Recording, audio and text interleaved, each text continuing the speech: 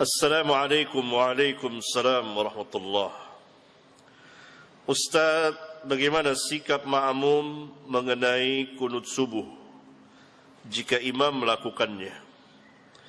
Karena ustaz-ustaz lain yang bermanhaj salaf, mereka menganjurkan agar makmum tetap mengangkat tangan dengan berdalil lewat perkataan Imam Ahmad mengenai sikap makmum.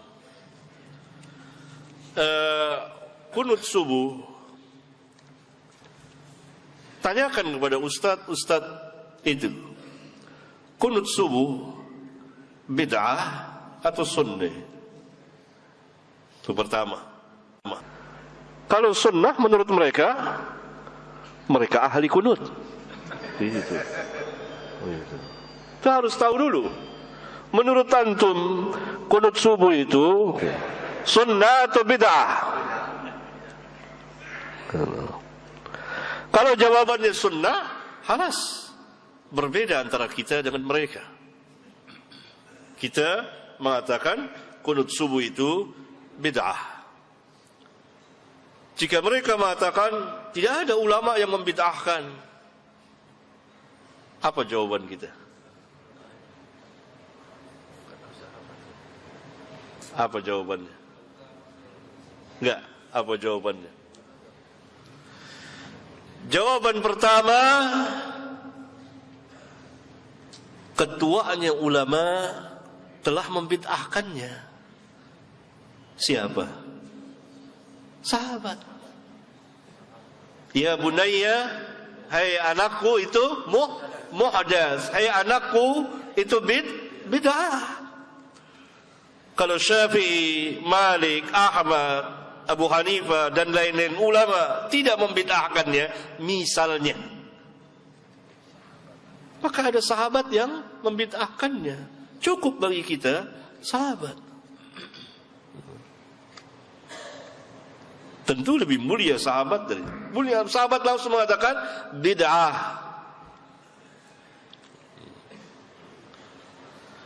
Ya. Nah, kalau jawabannya bid'ah atau jawabannya tidak sunnah, tegaskan apa yang Ustadz maksudkan dengan tidak sunnah. Jawabannya itu datang ke salaf mari itu Ustadz. Karena mereka dibina atas dasar taklid, maka dia cari jalan ke sana, nengok sana, nengok sini, nengok sana. Maksudnya cari ilmu. Kan suka begitu, jangan bilang bid'ah, tidak sunnah saja. Tanya, apa yang dimaksud dengan tidak sunnah? Dan yang menjadi lawan tidak sunnah itu apa?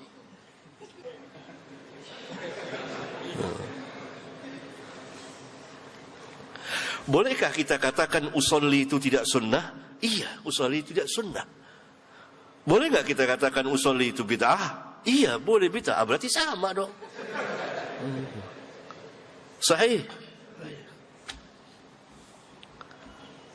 Sebetulnya ikhwan, dalam dakwah seorang dai harus berilmu pertama,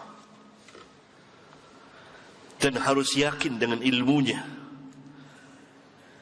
dan betul-betul membahas ilmiah, pembahasan ilmiah, dan harus memiliki syaja'ah, keberanian. Yang bid'ah nggak jadi masalah. Yang sunnah. Nah, kalau itu bid'ah, tanya, bolehkah kita mengerjakan bid'ah dalam sholat? Diperintahkah kita mengerjakan bid'ah dalam sholat? Boleh nggak? Nggak boleh. Dalilnya? Sallu kama ra'aitumuni usalli. Salatlah sebagaimana kamu melihat aku salat, bukan sebagaimana kamu melihat mereka salat. Tidak, aku salat. Semuanya merujuk kepada Nabi yang mulia sallallahu alaihi wasallam.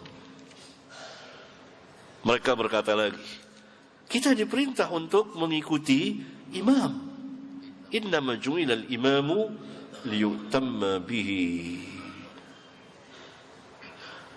Tanya, mutlaqan atau muqayyadan? Mutlakkah atau muqayyad dengan sunnah? Kalau dikatakan mutlaqan, berarti antum harus mengikuti imam yang mengangkat tangan lebih dari kepalanya. Gini. Berarti kita harus mengikuti imam yang bersedekap seperti ini ya. Gini. Kok antum nggak ikuti? Kan mutlaqan. Gini. Antum harus mengikuti imam. Kenapa antum di sini? Lempeng, nggak bengkok seperti ini. Antum harus mengikuti imam yang sedekapnya mendekati farjinya gini. Kan gini nih. Berarti ini hadisnya dhaif, di bawah pusar, nggak sampai ke farji bahkan sini. Berarti mengamalkan hadis dhaif dan dalam mengamalkannya tidak tepat sampai mendekati farji gini. Harusnya di sini di bawah pusar. Tapi hadis itu dhaif. Kenapa antum nggak ngikuti? Bahkan antum di sini. Kelebihan juga.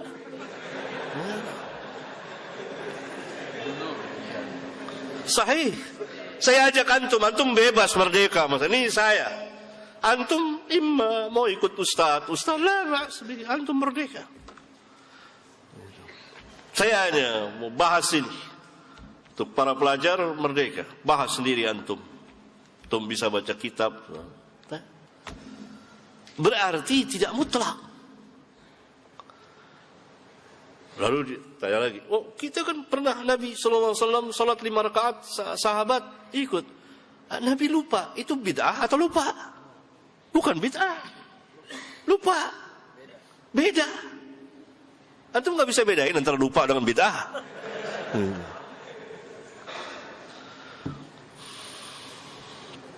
Paham ya?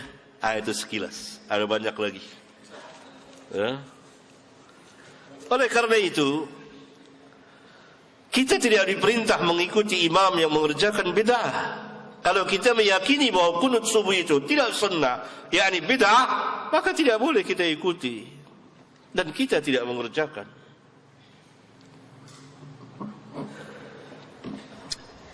Ustaz, bagaimana dengan dalih bahwasannya untuk menghindari mudarat yang lebih besar? Karena di sebagian daerah atau di kampung-kampung, terkadang masyarakat masih banyak yang belum mengetahui tentang sunnah ataupun bid'ah. Nah, ketika kita ada di antara mereka, nah ada sebagian orang yang sudah mengalami bahwasannya dia tidak ikut kunut, dikucilkan atau bahkan dimusuhi. Itu bagaimana, Ustaz? Saya tanya sama antum, pembahasan tentang kunut subuh ada dan tidaknya ini baru setelah antum lahir atau jauh sebelum antum lahir? Jawab. Pegang mic. Jawab. Jauh sebelum anak lahir, Ustaz. Jauhnya berapa lama? Jawab. Sejak zaman sahabat. Enggak, di Indonesia, di Nusantara. Kan kita bicara ini, antum tinggal di mana nih? Di Indonesia. Di mana di Indonesianya? Jakarta. Jakarta, bukan kampung. Taruhlah di sana, iya. Nah, kunut, pembahasan kunut subuh sampai ada tulisan, sampai ada perdebatan sesudah antum lahir atau sebelum antum lahir di Indonesia? Jawab. Sebelum anak lahir. Berapa lama? Berapa lama? Umur antum berapa sekarang? 23, Ustaz. 23, kemarin sore. Bahkan tuaan pengajian ini dari umur antum. Tahun berapa antum lahir? 93. 93, tuaan setahun pengajian ini. Pengajian ini dimulai tahun 92. Antum belum lahir, tahun depan antum baru lahir, 93. Paham? Saya terangkan. Biasa ya. Jangan kecil hati antum, ini biasa. Ini majelis laki-laki. Bebas antum, bebas. Merdeka. Nah, jangan baper, jangan.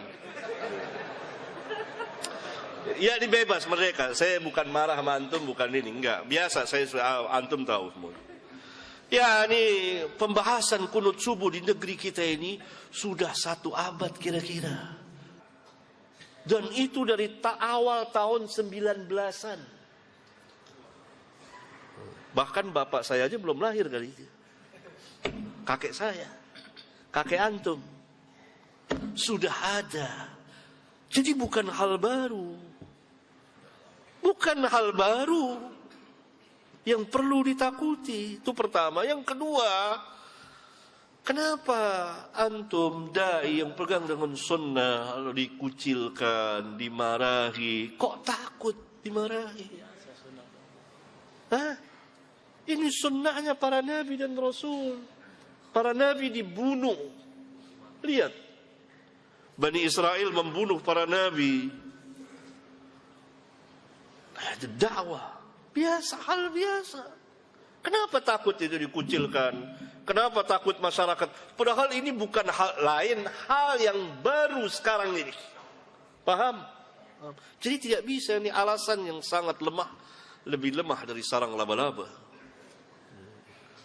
Paham ya? Udah lama. Dai harus betul-betul berani, punya syaja'ah. Dan hal biasa, jiwanya harus besar, lebih besar dari masjid ini. Terus lapang, biasa. Antum dimarahi, dicaci maki, hal yang biasa. Enggak apa-apa. Kenapa? Kenapa takut? Hah? Padahal doanya kan Allahumma inni a'udzubika minal jubni. Mungkin enggak baca doa itu kali.